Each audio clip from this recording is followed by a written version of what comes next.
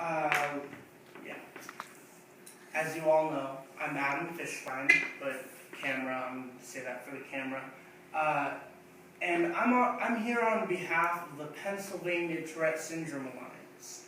And if you want more information about about PATSA, you can go to, or you can send something to this address, or you can call them, or you can go to their website. I would go to their website personally. Okay. What is Tourette Syndrome? Tourette Syndrome is a lifelong neurological disorder.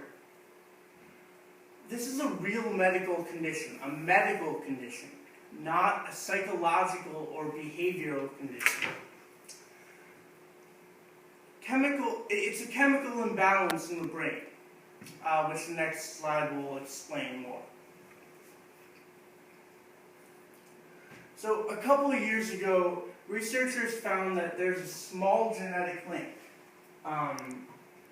specifically chromosome 13. And about 60% of people with Tourette have a family history of it. Also, there's no medical test for Tourette because the test that would be good is very expensive, and so doctors diagnose it just going through a checklist of different diagnostic criteria and seeing what the parents, getting an account from the parents, because Tourette, the onset has to be before the age of 18, so that kind of it really affects children a lot, because they have to learn how to deal with it, and especially, I know with me, I had loving, supportive parents who at first they didn't know. And when I got diagnosed in 2nd grade, they felt really bad, because until then, they had been punishing me for doing stuff that I couldn't control. Okay, so also, before I go on to the next slide, there is no cure. So, as I said before, researchers have found that a chemical imbalance in the brain of dopamine and serotonin is one of the causes of TS. There's still research going on each and every day. Here's why it's important to know what dopamine and serotonin do within our bodies.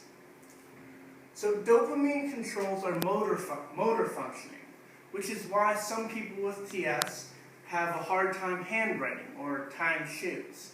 I know when I was younger, I could not tie my shoes for the life of me. And my handwriting is still kind of bad. Here, let's try to handwrite right now. I'll show you. It's it's kind of legible now. I had to get therapy for it. Let's say Adam Fishbein is the best awesome person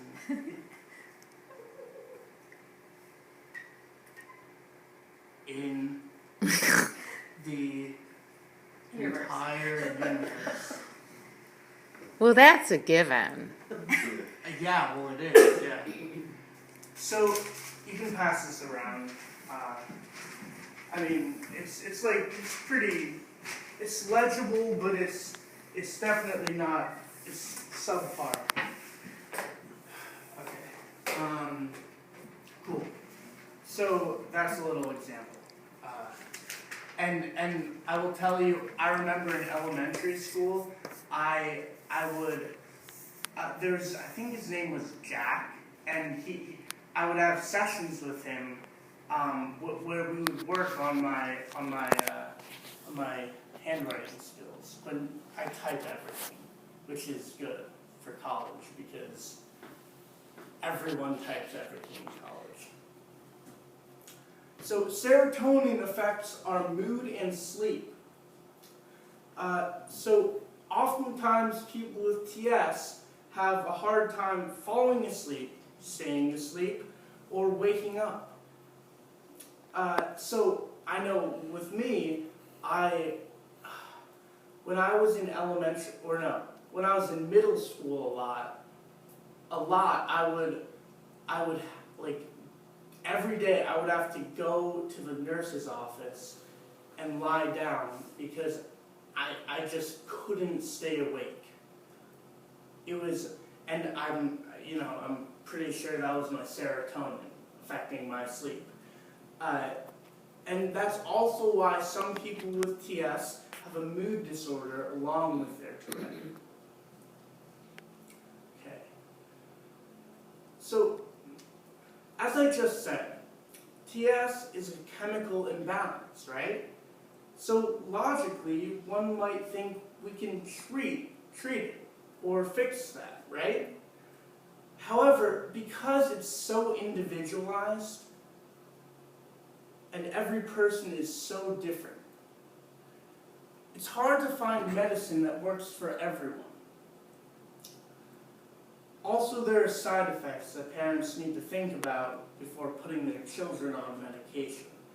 And especially since children are the most affected by Tourette. I mean, it's a lifelong disorder, but children, like I said before, children are very affected by it because of their developmental, developing.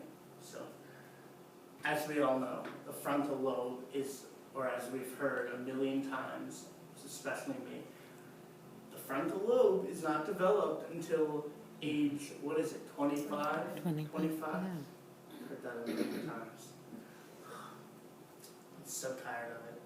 Okay, let's see. Oh, and that reminds me, the serotonin I don't think was the only reason that I fell asleep in middle school a lot. I'm still on Abilify, but I was on a higher dose of Abilify, and I wasn't on Vyvanse, which is a stimulant. My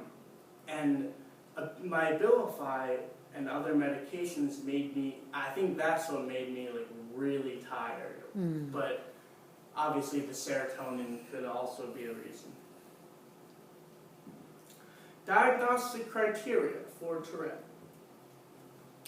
Let's just do that. No. Okay, cool. To be diagnosed with Tourette,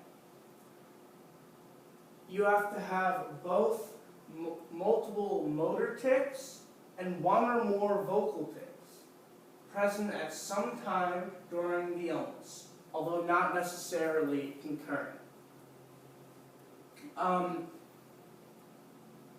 So you have to have it for at least 1 year.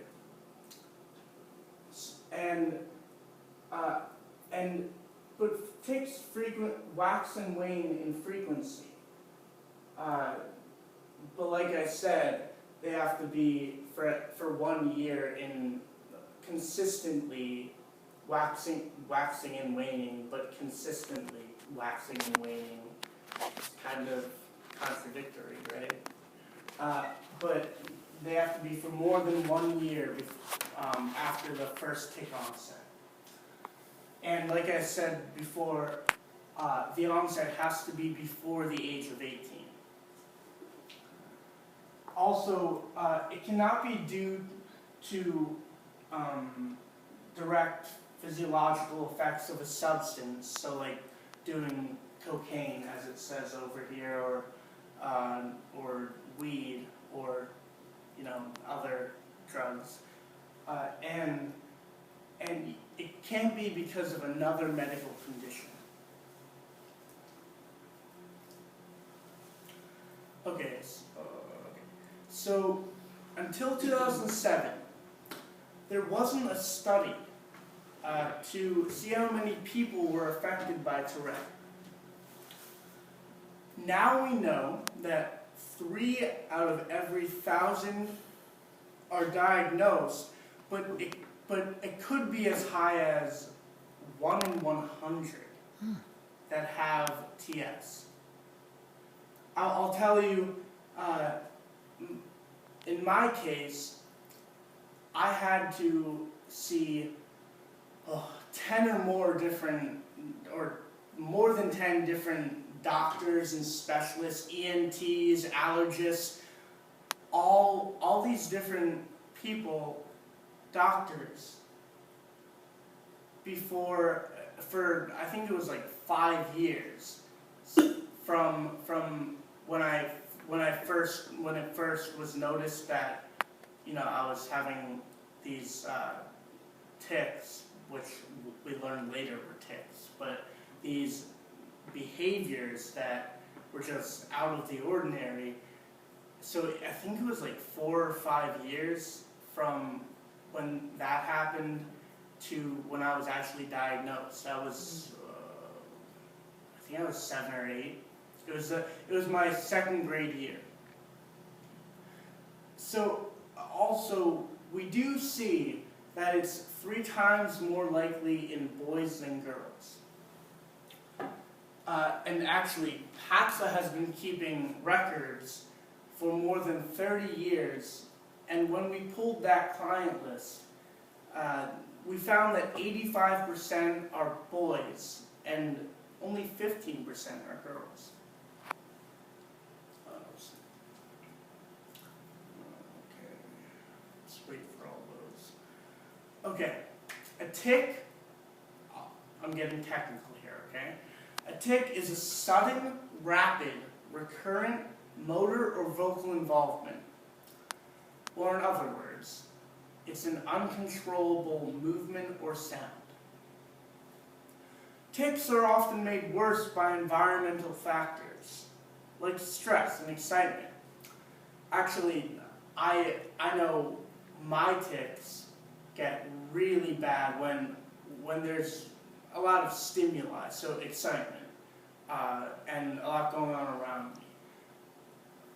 Luckily, like at a baseball game, like a Phillies game or something, it's actually really good for my tics because I mean, it's socially acceptable there to yell and cheer and whoop whoop whoop, you know, like one of my tics, get ready, woo! Startling, right? Isn't that startling? That wasn't a tic just then, but it was an example of one. So, also, some people can suppress their tics, but it's kind of like when you shake a soda can, and then it all like splatters all over.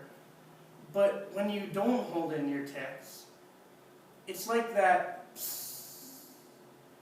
when they come out. So it's the versus the yeah. Oh, you just missed the soda can one.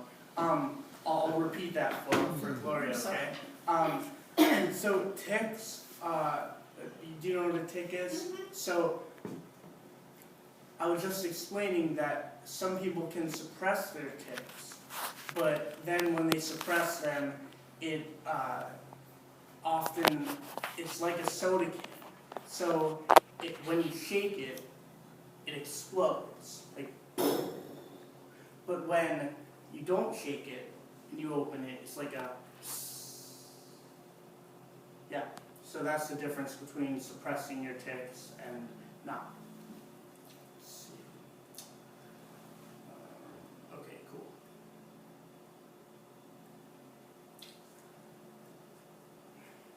Tics can be any movement, action, or sound. Any movement, action, or sound.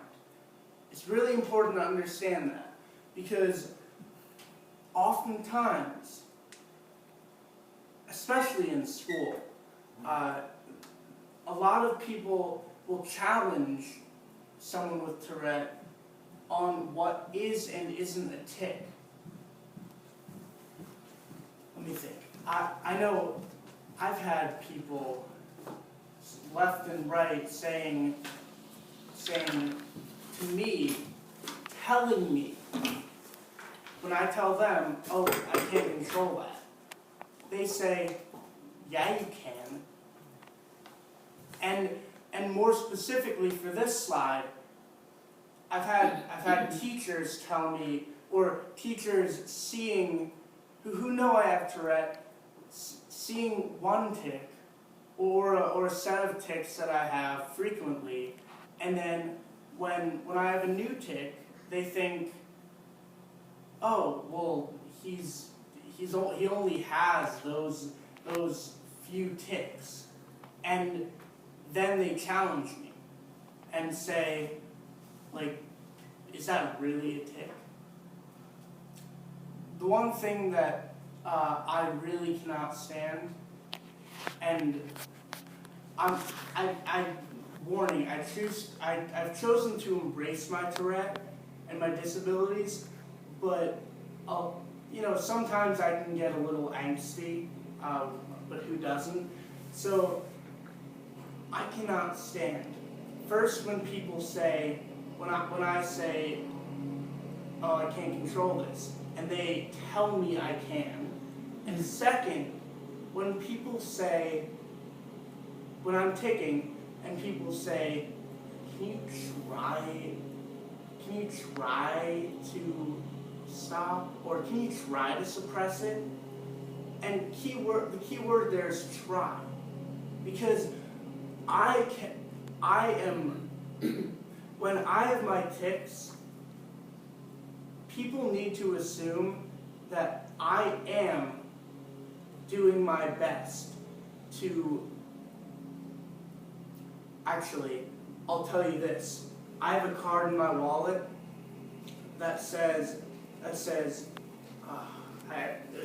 a medical ID card, actually I'll just do it right over here. And the last line, it says, I'm sorry if it bothers you, it bothers me more. That sums up exactly what I was just saying. And people need to assume or think in their minds that it bothers, I'm sorry that it bothers them, but it bothers me more. That's what people need to think. And I know that all of you are, working at Jewish Learning Venture, that's like, you're helping the community, and I don't expect that any of you would, and actually I expect that most of you would not challenge someone who has tics saying that they can control it. I'm assuming that you guys wouldn't do that because of how helpful you are to the community already and understanding, especially with the whole community inclusion. But just be conscious of that, and I'm that's a compliment to you guys. Okay, let's see.